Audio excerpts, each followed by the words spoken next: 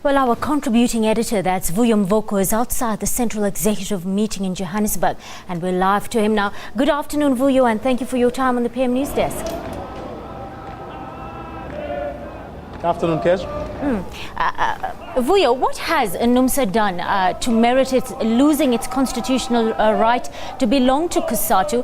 Can you give us the latest and put it all into context for us? Well, before we get to that context, perhaps just a quick update as to what we are told is happening inside. Sources tell us that they have been stuck for a good few hours now, it must be pointed out, on the issue of credentials, specifically around Ms. Losi, who used to be a Numsa leader.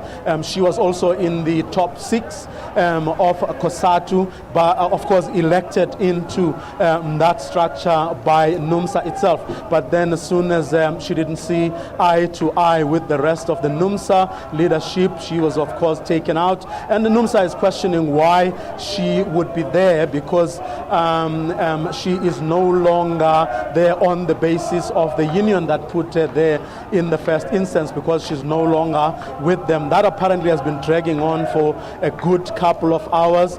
First, it was whether she should be in there, and they had to vote on that. And then Numsa then also wanted them to vote on whether she should be present when their report is being tabled, when their presentation is being made, and perhaps come back only later. All, of course, those things you could say are just to drag things, to frustrate people, really to take the steam out of those. Numsa seems confident will be able to actually oust it. But at the end of the day, they will have to sit down and make that presentation. And that presentation that will be led by Irvin Jim, the General Secretary of Numsa, is of course around a number of allegations that have been leveled against Numsa. Chief among those allegations is the allegation that they have been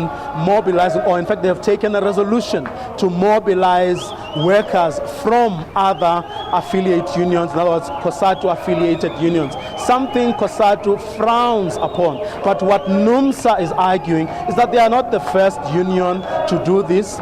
Most, if not all, unions have actually been doing it for years, and they are not being punished for it. The other issue is that Numsa has withdrawn monies owed that it should be paying.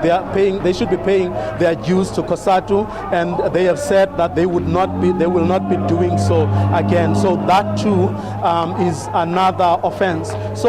But Numsa is arguing that with each and every offense or allegation being put against them, they are actually on solid ground. They are arguing, for example, on the question of mobilizing members from other unions, that these other unions do it. So why are you picking on Numsa? They say that the real issue, the real reason they are being crucified, to use the words of one of their leaders, it is simply because they are refusing to accept the fact that they should continue to back the ANC while the ANC is not doing what Cosatu wants them to do, whereas the other group believes that the future of workers in this country will be guaranteed best under the ANC, so they should continue to engage and nudge the ANC to do the right thing. And that is the fundamental difference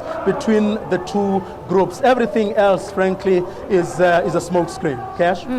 Vuyo, how likely is Numsa to be subject to a legitimate and just process at the CEC? They have raised some serious reservations on that point thus far. If you can say that again, Kes, there's a bit of a noise here from some of the workers that are singing. Yes, Vuyo, how likely is Numsa to be subject to a fair, legitimate and just process at the CEC? They have raised doubts and some reservations thus far.